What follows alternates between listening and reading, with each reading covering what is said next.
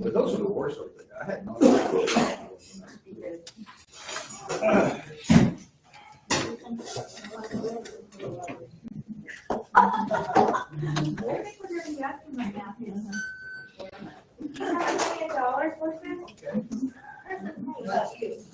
We gotta do something about the air conditioning.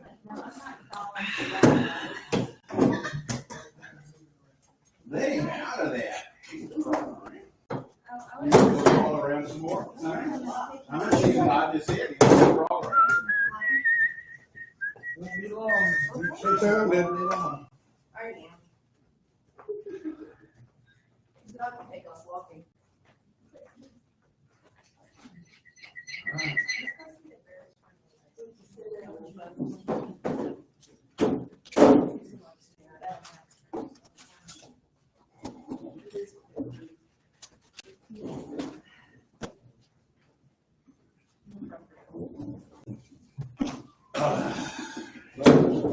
That was too late. Real quick, your wife wasn't here. That's true. Your wife was here. Yeah. Right behind you, right? No. On that bike. No. No, she finished her motorcycle riding years ago. Her first husband had a couple of motorcycles. Yeah. Oh. Honda Goldwing and Road King. She says, I got tired of straddling that rear end, so I gave it One of the pastors that served under for 27 years before he retired, he had a Honda Goldwing. And All right, good morning. Shabbat Shalom. Let's pray and then just jump right in here to the book of James, also known as Jacob. So let's pray. Baruch atah Adonai Eloheinu melech haolam asher kedeshanu b'mitzvotav v'tzivanu la'asok b'devri Torah. Blessed are you, Lord our God, King of the universe, who sanctified us with his commandments and has commanded us to engross ourselves in the words of the Torah. Amen. All right, so. Are you on mic? I'm on mic. Close and read open, sorry. It is on, and there are several on there already, looks like. There it is. Yeah. I gotta notice it. Okay, so welcome. We are going to be doing the first 4 verses of James 1 today, but let's open up James and let's read this whole section that the first 4 verses are a part of.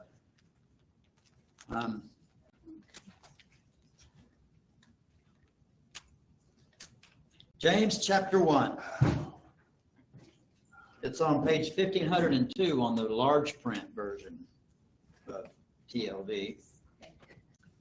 So it says, Jacob, a slave of God and of the Lord Yeshua the Messiah, to the 12 tribes in the diaspora, Shalom. Consider it all joy, my brethren, when you encounter various trials, knowing that the testing of your faith produces endurance. And let endurance have its perfect work, so that you may be perfect and complete, lacking in nothing. Now that's where we're supposedly going to stop today. But let's go to verse 5. But if any of you lacks wisdom, let him ask of God, who gives to all without hesitation and without reproach, and it will be given to him. But let him ask in faith, without any doubting. For the one who doubts is like a wave of the sea blown and tossed by the wind. For that person must not suppose that he will receive anything from the Lord. He is a double-minded man, unstable in all his ways. Okay, so what did you notice about the first 4 verses? What do you see? What do you observe? What's the black on white that you see? Nothing's going to be easy. That's good. But enjoy it, even in temptation. but enjoy it. But it serves. Yeah, enjoy your trials. But it serves a purpose. It serves a purpose. Oh, what purpose does it serve? It produces So I can endurance. be complete and whole, Complete and whole, lacking nothing. lacking nothing. Wow. Even struggle. Enjoy this life in the Lord. We are to enjoy this life, yes, even in our struggles. So that my faith can be complete. Faith can be complete, That's what's. right? It So, grows us and Is matures. this a looking forward or is this a living now type of a passage? Yeah. Now, so that future. Now, so that future, okay? Okay, good. So if you were to give me a very short phrase of the theme of verses 1 through 4, what would you say it is? Be joyful in affliction. Be joyful in affliction. Okay? Enjoy the trials when they come, right? Okay, now, everybody look at the next part that we're not even covering today. We're going to be looking at that next week. So it's talking about temptations, not necessarily. We're going to actually talk about that word today. You face great temptation. Yours says temptations, okay? So that's, what You- that's a physical. something That's a that physical I- something, That I'm attracted to or okay? drawn to or. It's not That you necessarily are- somebody picking on me, beating me. Okay? That is a physical, that's an inner physical struggle that you have, okay? Good. All right, so now looking at the next few verses, you got to ask yourself, what does wisdom have to do with all that? Because it's all part of the same chunk of scriptures. You've got struggles when they happen, enjoy them, know that there's a purpose, and then it goes, if you lack wisdom, ask. So we got to ask ourselves, what does wisdom have to do with all of those struggles? All right, now that's next week, but I want you to be thinking about that because that is attached to the previous sentence, the previous phrases that go with struggling and all of that. Okay. Now, we're in verse 1 of James, and verse 1. Okay, these first two verses are just howdy verses. Howdy. But he says, Jacob, a slave of God of the Lord Yeshua the Messiah, to the 12 tribes in the diaspora, shalom. Okay, now, so if you have an ESV or whatever, it's going to obviously say James, probably a bondservant of God and of Jesus the Christ, to the 12 tribes that are scattered, probably is what it's saying. And it probably says greetings instead of shalom, okay, because they are using the Greek word there, okay. But When was James written? James is written 45 to 55. So it's before the destruction of Jerusalem. Oh, way before. Yeah, way before. One He's of talking the about the diaspora, and I always think of that as like when the Romans really kicked the Jews out of Israel, yeah. as Well, opposed to right. they're just around. Right. So, I mean, the diaspora is going to happen. I mean, is during the time of the Babylonian. So they're going to go in. Babylonians are going to go in, and they're going to scatter Israel out. Yeah. Now, a lot of them come back, yes, and they rebuild Israel, and they rebuild Jerusalem, and all of that. But even in Acts 2, we see so many of them coming in for the feast, and what they're speaking all of these different languages. Why? Because they are living in all of these different places. So are they going to be scattered out even more? Yes. at the destruction of the temple, we're going to see that again. They're just all over the place.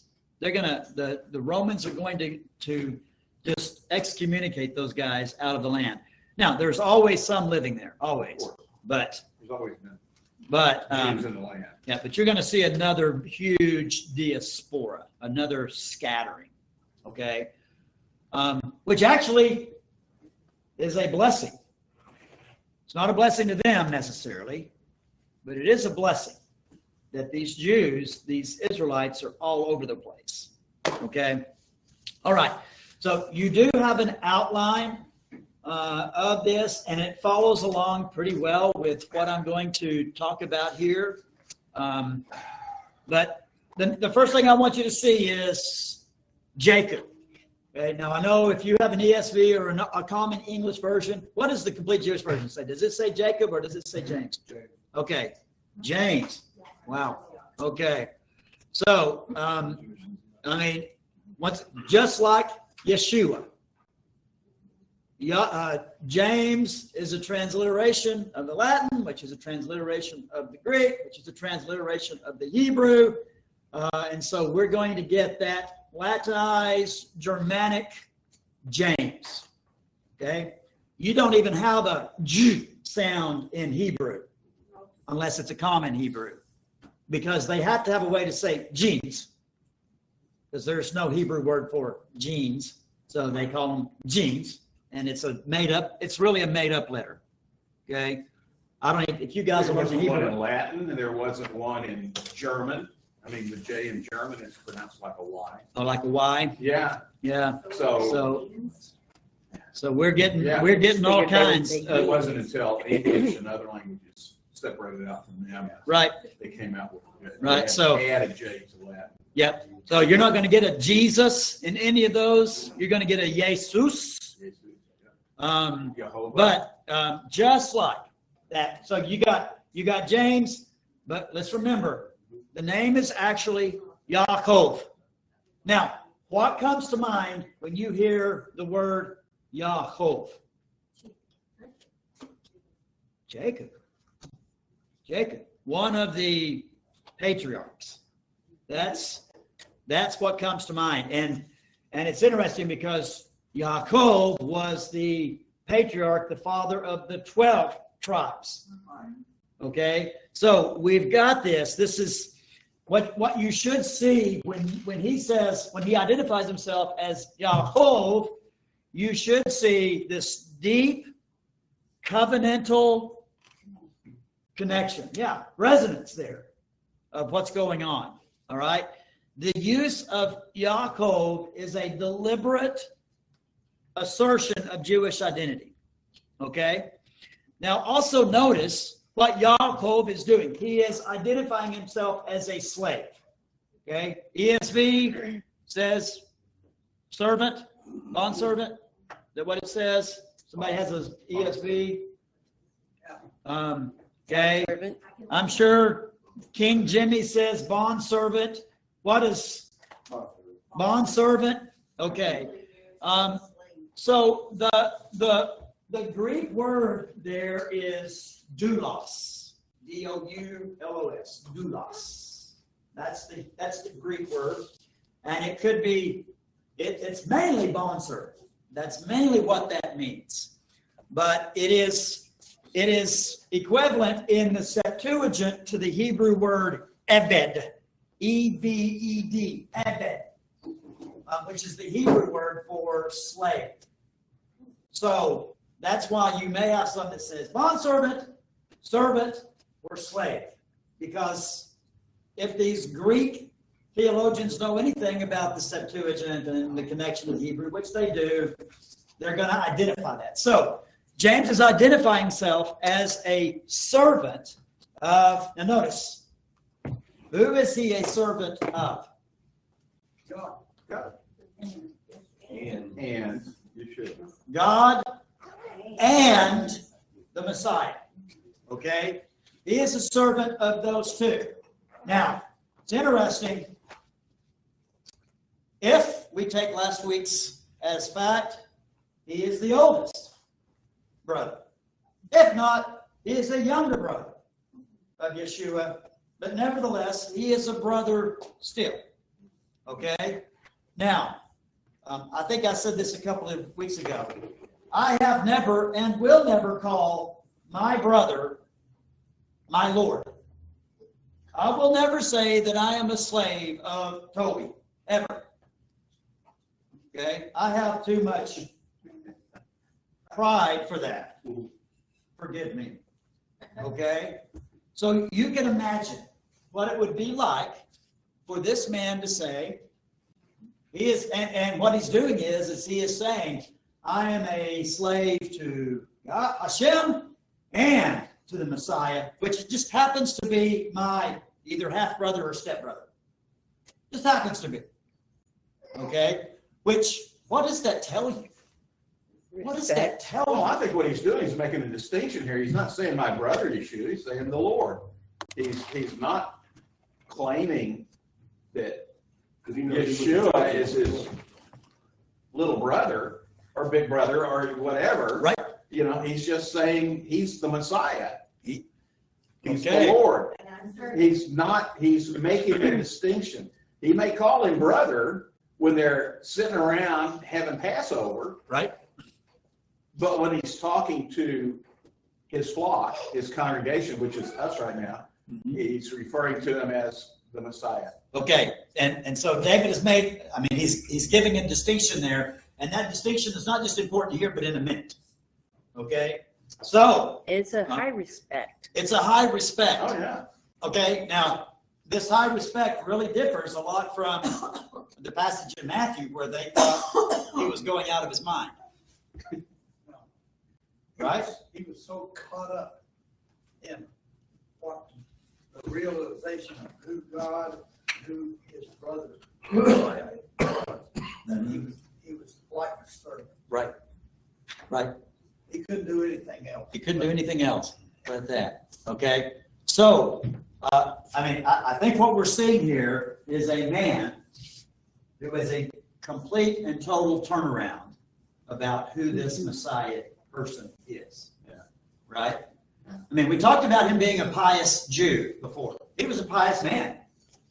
I mean, very religious, very studious, very studious. All right? And before, he didn't believe that his brother was this Mashiach that was to come. Thought he was out of his mind. After the resurrection, and remember, we went over to Corinthians last time and we looked. Yeshua made a very specific visit to him. It doesn't say he visited all of his other brothers, but he says he visited Yaakov. That is quite interesting. And out of that post-resurrection visit, we see a complete change. All right? So, I would say Yeah. similar to Paul.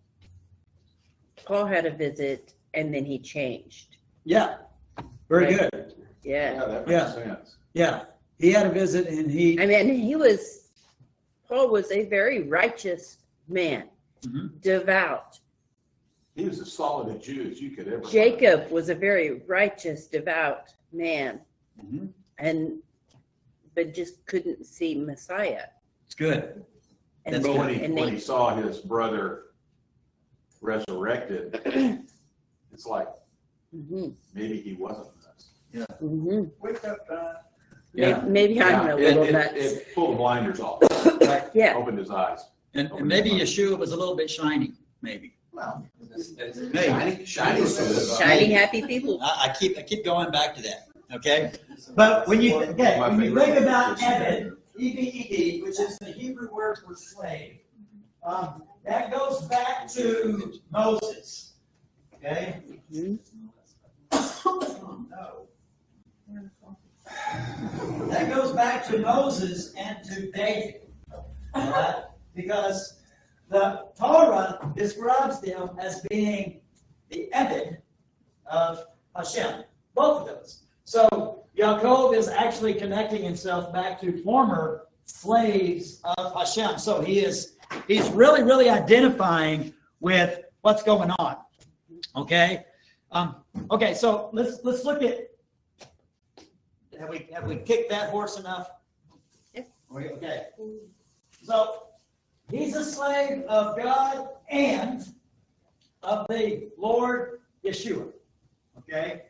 So the word "and" in Greek is kai. K-A-I. Kai. Okay? And what it's doing is it's just like a regular conjunction. It is showing that there are two personages here that he is a slave to: God and Messiah. And he is worshiping both of those, and he is really thinking about what they want him to do. Okay. By the way, the word Lord in the Septuagint, okay, which is kurios, K-U-R-I-O-S, kurios, that most of the time is a reference to the Tetragrammaton, Yod-Heh-Vav. Reference to what? The Tetragrammaton, Yod-Heh-Vav, the name of God. Okay, so he is identifying Yeshua in this resurrected, ascended state, along with Yod-Heh-Vav. Okay, so there's a lot here. Okay, so he is their slave. All right. Now, do you guys? All right. Well, maybe First one's pretty rich. it is. So I want to ask you a question. So now we know this. All right. We've looked at this idea of a servant of God. All right. So what does it mean to you personally to be a servant of God in the Jewish sense, the Jewish traditional sense? What does that mean? I mean, let's try to escape the churchy stuff that we've heard all this time. Depends on why you were a servant. It depends on why you're a A servant. lot of times people owed a debt or they did something and they had to work something off. Oh.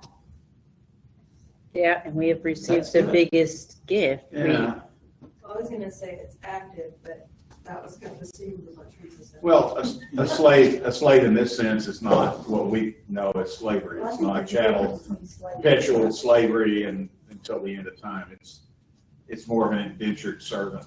Okay. There wasn't. So, but an indentured servant, as she says, owes something to the master. Okay. Where a slave, to me, a slave and a servant are different.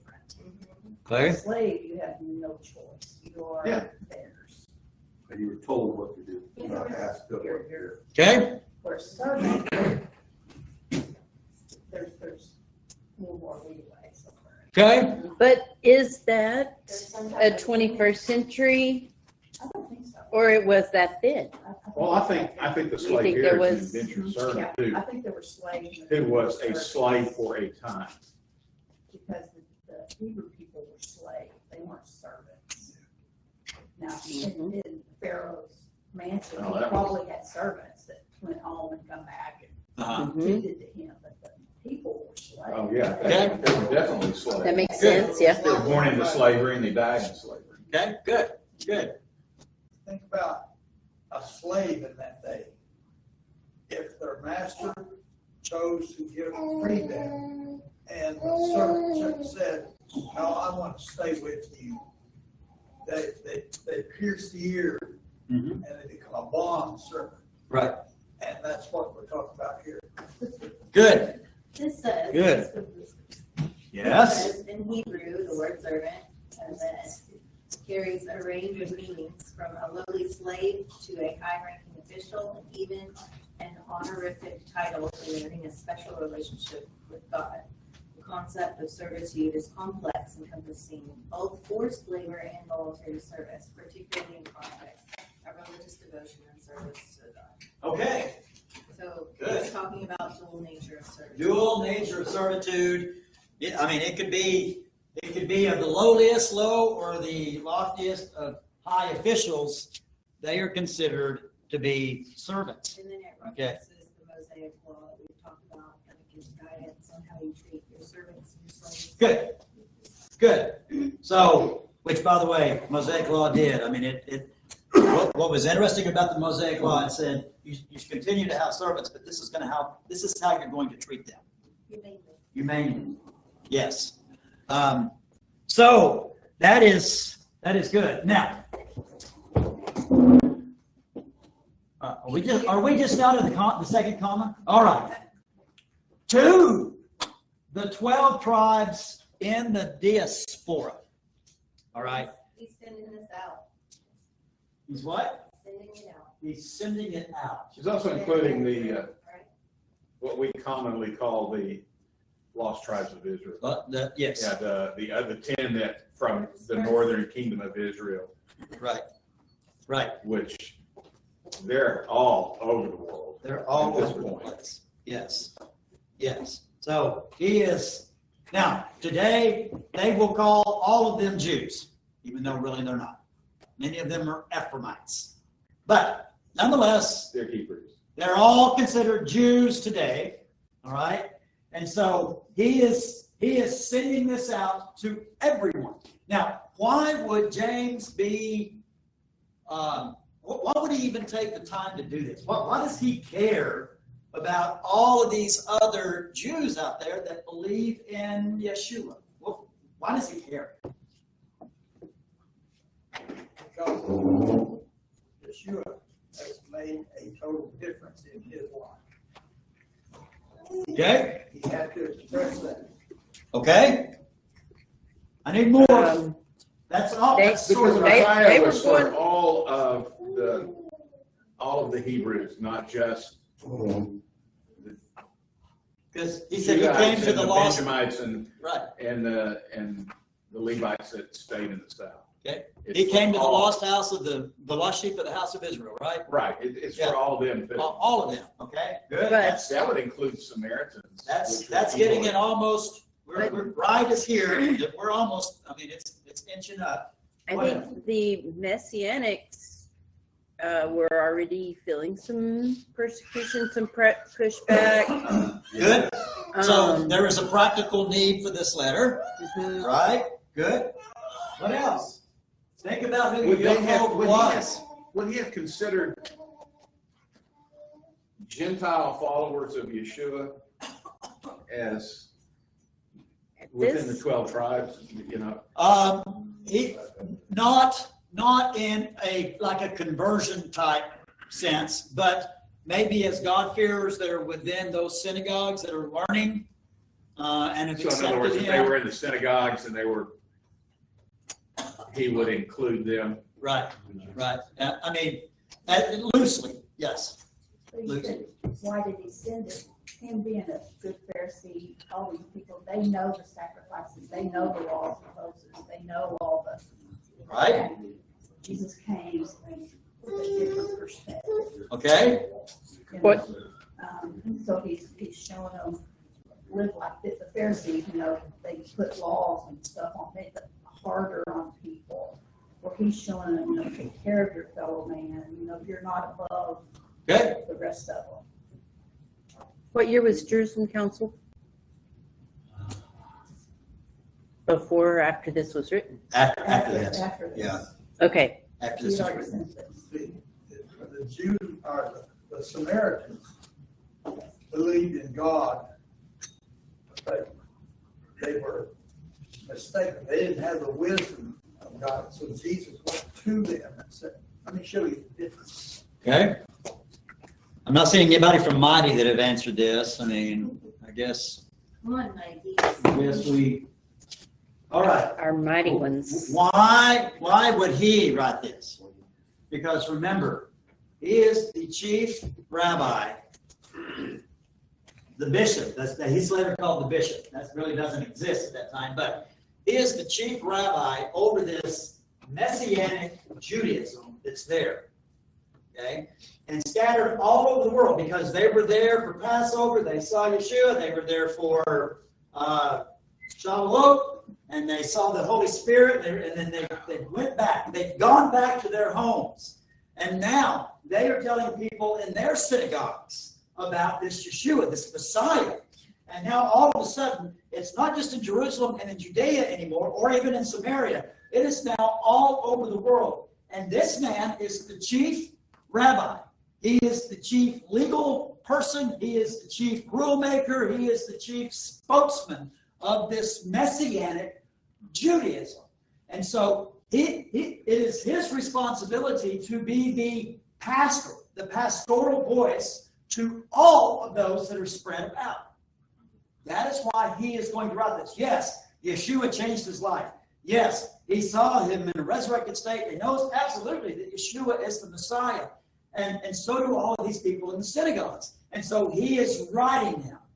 And yes, they are about to face some huge struggles as Messianics. Not just on the inside of the synagogues, but from the outside with the Romans as well. Okay?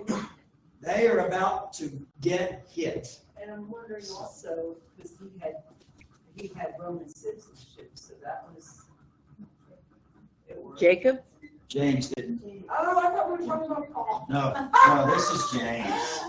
This is James. Okay. All right. So when you think about the phrase 12 tribes in the dispersion, what would that have sounded like to the first century Jewish ear?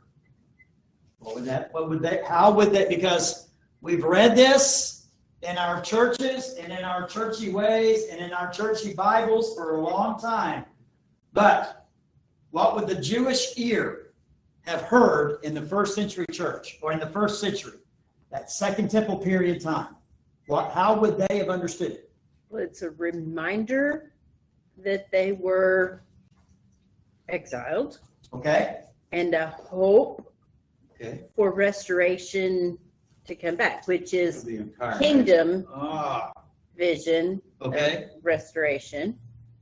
But now time to come back to Israel. Good. So how did the Jews feel about the former brothers up north that were dispersed by the Assyrians? Did they see them as outcasts? Did they see, I know they did Samaritans because they were half-breeds. But did they see them as brothers? Did they see them as? I don't think so. I think they just saw them. I think they just saw them as regular Jews. I think Just live somewhere else. I think they would have seen them as Jews, but I really haven't looked too much at what Second Temple period Jews thought about those. I mean, I'm sure that there was a hope that all of them would be brought back. There was a hope that Messiah would bring them all back, and then that's the salvation. But for a long time, the Jews of the South just thought, man, their exile was that was justice. That was what they deserved. Yeah, they deserve. They got what they deserve. Okay, but by the time of the Second Temple period, They didn't think about probably that there was a hope that they would be brought back. Definitely, Zechariah talked about that. You remember the two sticks that were bound together? I mean, definitely there's prophecy about that. All right. But yeah, so I like what Don said. They would have, this is a letter that's giving them hope to those that are outside of the land and practical ways to live, and then in this hope that they will be brought back, the salvation. Okay? And they are definitely seeing 12 tribes dispersed as all of Israel out there, outside of the land, which makes this letter as relevant today as it did 2,000 years ago. Okay? Because are there still 12 tribes dispersed throughout the world? Uh-huh. Absolutely. And are there some Gentiles that are grafted in and can listen to this as well? Yes. So, Have there- good practical ideas. right. Good practical stuff. By the way, it is believed that James There are snippets in this letter. I mean, he wrote snippets, and it is believed that he wrote these during the Parsha reading of Leviticus.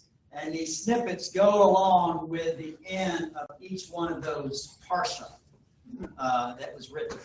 I didn't show you this and this, but maybe as we go forward, I'll show you, where this kind of lines up a little bit. Okay? So, And a lot of references I read said that they were also highly in poverty at this point. Is that because they weren't within their community and using their skills together, or what do you? so or just 'cause you're saying that whatever you're looking at there says that these Jews that are in dispersion are in poverty. It says that most of them likely were. I've never seen that before, but Most of them likely were. I've I've never heard that. I've never, there is a stereotype that all the Jews have control of the banks and all of that. Well, there's a reason for that. And that they were always successful because they highly valued education, and they highly valued training, and they highly valued, community support. And so as a result, you had a lot of very, very successful Jewish people. So they So happen to be very good with money. they did. That's why that's where that stereo, Right. And Jews and their money.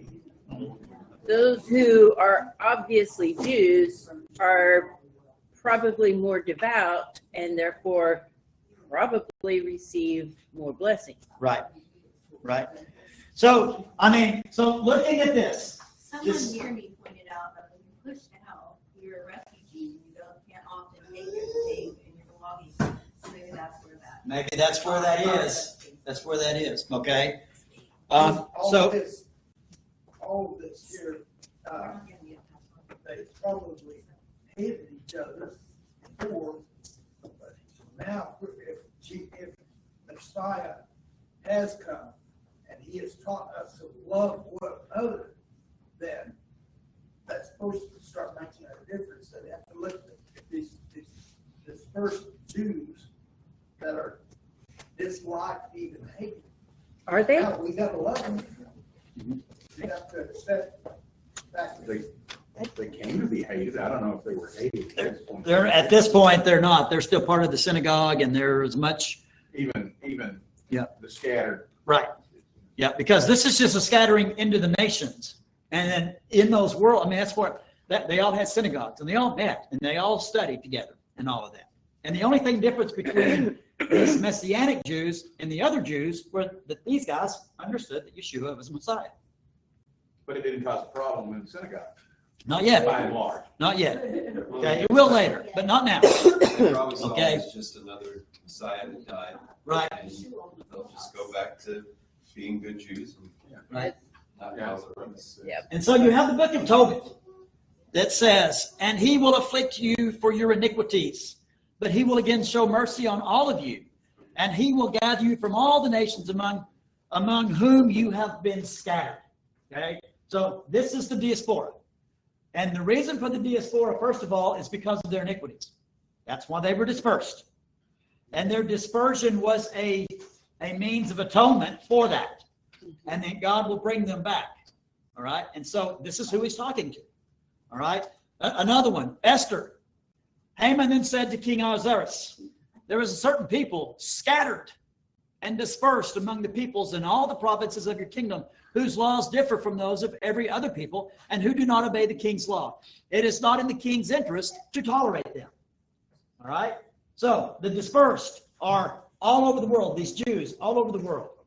All right? So this letter was going to be sent and read to in all of these synagogues. Okay? Maybe he wrote multiple letters. I don't know. Okay? But it's very, very Jewish. He ain't writing to Gentiles. If the Gentiles in the synagogue happen to have heard it, then great. It can apply to them too. But these are written to Jews. All right? Tobit 13:5. Thank you. All right? Then you got Josephus, who is the historian. All right? And Josephus says, he tells us that one region could not contain the Jews, but they dwelt in most of the flourishing cities of Asia and Europe. in the islands and continent, not much less in number than the heathen inhabitants, which means they numbered the same. There were a bunch of them, okay? From all this, it is evident that the Jews in the dispersion were more numerous than even the Jews in Judea, and that James very probably inscribed this letter to the 12 tribes which were in the dispersion, seeing the 12 tribes really existed then, and do still exist, although not distinguished by separate habitations as they were anciently in their own land. All right? So, that is Josephus, who wasn't a believer. He was a Jewish historian, and he is writing about this James guy.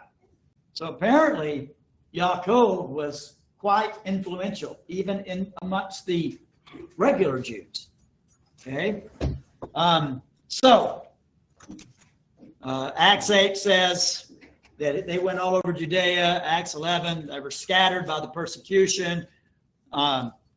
Maccabees says, bring together those of us who are dispersed and free those in slavery among the heathen. Look favorably on those held in contempt or abhorrence, and let the heathen know that you are our God. Punish those who oppress us and affront us by their insolence, and plant your people firmly in your holy place, as Moses promised. So, in the diaspora, there is a promise of redemption. There is a promise of salvation. And remember, we've said over and over again, to the Jew, salvation is not believing in Jesus and asking him to come in your heart. That is not what they believe in salvation. Salvation is bringing them back to their land. Restoration. That is salvation to the Jew. And because, yes. The fact we know that the 4 books of the Uh-huh. that there's no mention of that God just wasn't there with this period of time. No, he's there.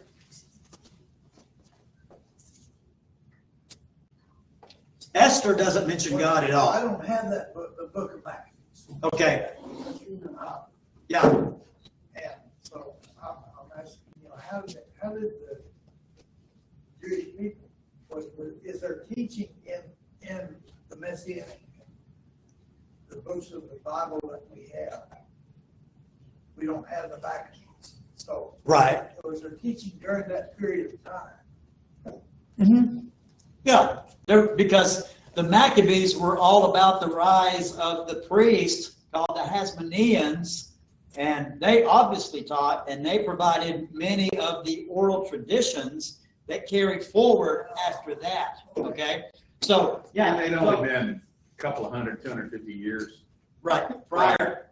Yeah, so we get Herod the Great thanks to the Hasmoneans. Okay.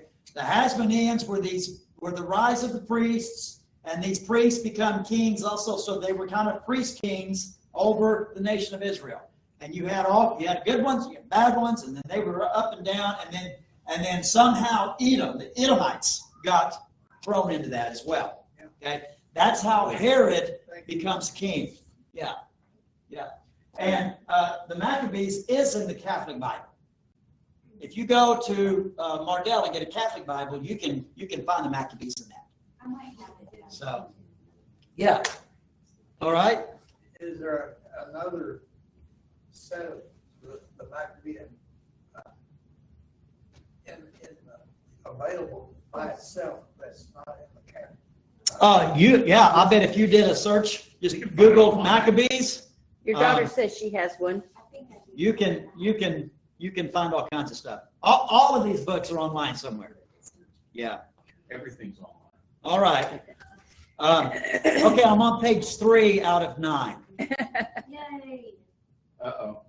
Okay, we're going to go real fast now. No, we're not. Go buckle up, we're on Y'all can't be this interested in this. We are. All right. We're discussing. So, That's pretty good discussion. You complain, we discuss, you complain, we're quiet. You can't have it both ways.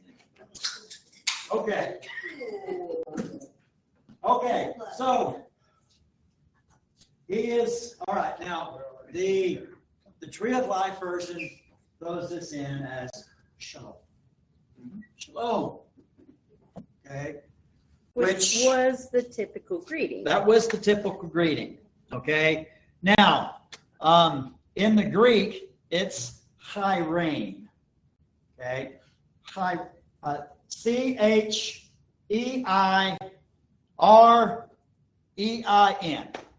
chairein, all right? Chirene meant peace. It was the Greek word for peace. Now, why ESV and did they do that in the Complete. Complete Jewish Bible too? The picture bar has to show on. Shalom. Okay. Why some of these English Bibles have it as welcome or greeting?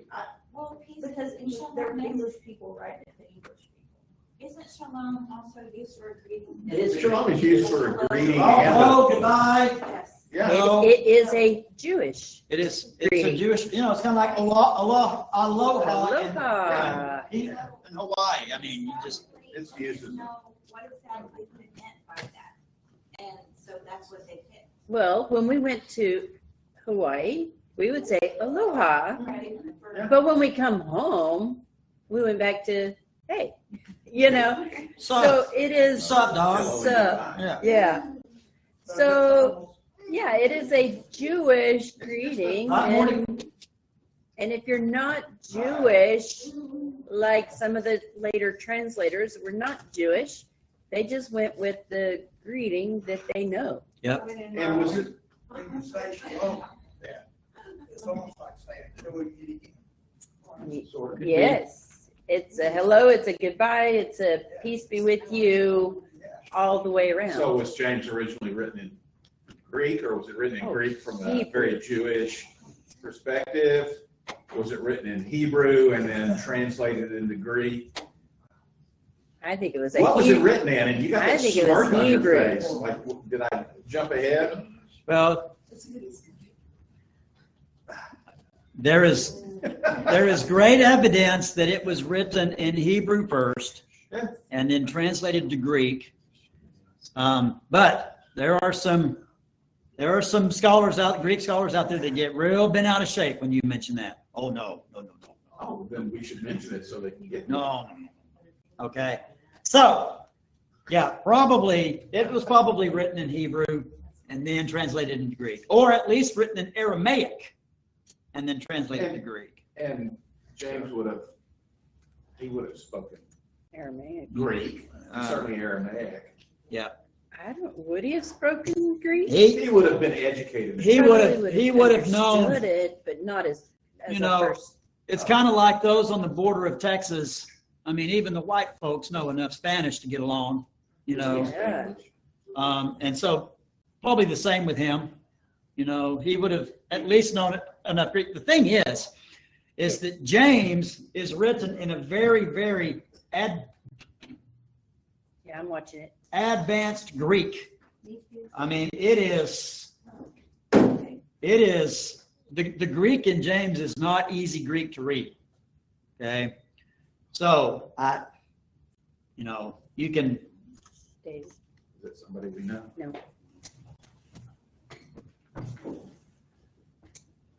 all right. So shalom. Hello, everybody. Okay. Shalom. I mean, you can definitely tell this is written to Jewish people because of shalom. All right. Verse 2. Yay. We made it to 2. Okay. Maybe we can make it out of the introduction and then just go with next week into the meat Yeah. of this. Yeah. Okay. Because this was light. There's not a whole lot of meat in this. Okay. The first verse. Consider it all joy, my brethren, okay, when you encounter various trials. Now, once again, don't look at this through your churchy eyes, because I remember the churchy eye says, oh, he says my brethren. He's talking to the Christians. Yay, Christians. He just said in the previous verse who his brethren were. Dude. There you go. That's exactly right. Who is he talking to? That's bad translation. His Israel. brethren. He's talking to Israel, to the Jews. Which are his. So they are. So is this book just really for the Messianics, or could it be for everyone in that synagogue?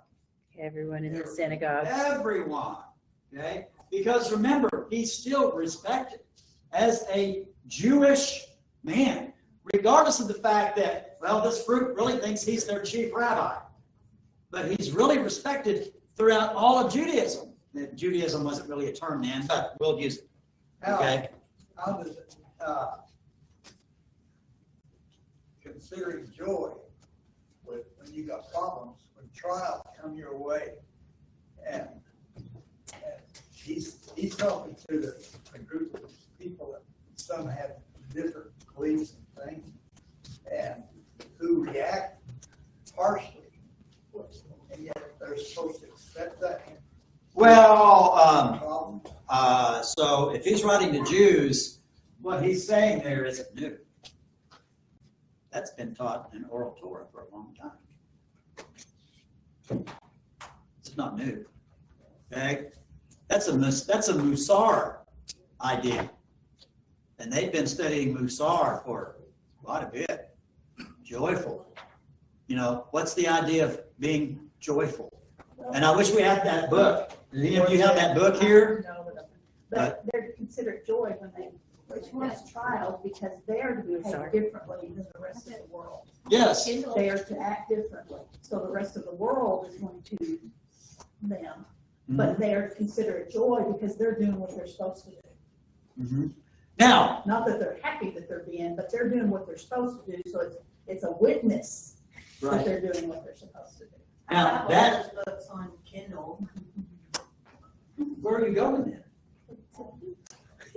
That didn't help us. You go and get the book, get to the bathroom. Now, let me read it now. All right. Now, you have Jews in the synagogue that don't believe in Jesus, and you got the other Jews in the synagogue that do believe in Jesus, and they're all reading this. Yeah. Okay? Now, they know this group, just like this group, they've been taught that. That is a part of their oral Torah. That is part of their Torah. You are to enjoy this life. Is life going to suck sometimes? Yes. Okay? And you are to enjoy it, and you are to count it. Okay? But by the way, that word consider is in the Greek, it means to count. To count it toward you. Okay? All of these trials are giving you something. Okay? And this group knows it as well as this group. But now what difference does this group have that this group doesn't? Yeshua. God is still in charge. And when we have trials come our way, many times it's a test from the Lord. That we All of those believe that. All of them believe that. I don't know who did. What does this group, how would this group understand this counting toward, you know, all these trials are counting, are giving you something. How would this group that believes in Yeshua have taken that differently from this group? Okay? I'm asking because there's got to be something that this group understands differently. I mean, that's the reason they all stood around and hung around after Havdalah to learn more about this new covenant stuff. Because they know the Messiah has already come. Yeah, They're one step closer to the world to come, as these people Oh. are still stuck in. They know the kingdom is. Oh, that's a great. That wasn't even the answer I was looking for. That's a great answer. Yeah, the kingdom is closer than they had realized, whereas the non-believing group, they're still in the dark. They're still waiting. They're still And waiting. also, they know either by visual witnessing or through other witnesses, they know about the resurrection. They know It's about not like he just died and he's, rotting in the grave. It's They like, know oh, about the he's up. resurrection. He's up and running around. And so there's some power that's involved in this resurrection thing, right? Yeah. Because no one can resurrect themselves. That they either have witnessed or they know personally about. Right. That, because maybe out of these two, this one was at Jerusalem in Shavuot at the temple, and he saw it. Or at the cross, Or at whatever. Passover, yeah, like Yeah. he's, Yeah, Or in the 40 days afterwards. right. Before So they come. here's what I want us to understand. When they are reading this letter in the synagogues, you got the non-believing, I'm going to use that, non-believing Jews, even though that is really not even fair. It's not their turn, but. These are the ones that don't believe in Yeshua. they're still and waiting, These are the ones that do. Okay? still waiting for Messiah. They're all still part of this covenant community. They just haven't been convinced totally yet. They are not convinced yet. Okay? But James, when he writes this, is still giving them good, practical information. Mhm. Wow. Okay? Yeah. So, verse 2. But both of them can apply. Both of them, yes. He's writing as a rabbi. As a rabbi. As a Pharisee to this group. All right? And so, oh, look. Oh. How do I know that that group knows this as well as that group? Look at Psalm 119, 71. It is good for me that I was afflicted, that I might learn your statutes. Is there a counting of something? Is there a gathering of something through the affliction? Mhm. Yes. Would that group have known it as well as that group? Mhm. Yes. Probably a different application. That group said, you know what? Well, because he afflicted them because they weren't following his statutes. Yeah. That's why they went to the diaspora. That's why they were punished all the time. If they would just follow his statutes, they would never be afflicted. Right. Right. So everybody look at Talmud. Everybody look at Talmud. How do I know that that group has gotten the same teaching? James is not telling them anything new. Look at Talmud. This is Ta'anit. Ta'anit. Okay? And Ta'anit says, whoever rejoices in afflictions that come upon him brings salvation to the world. Well, we've got to ask ourselves, how does that happen? How does this Jew that rejoices when he gets all these afflictions, how does that save the world? By the way, Notice. is it their testimony, About their testimony. Okay. how they handle it?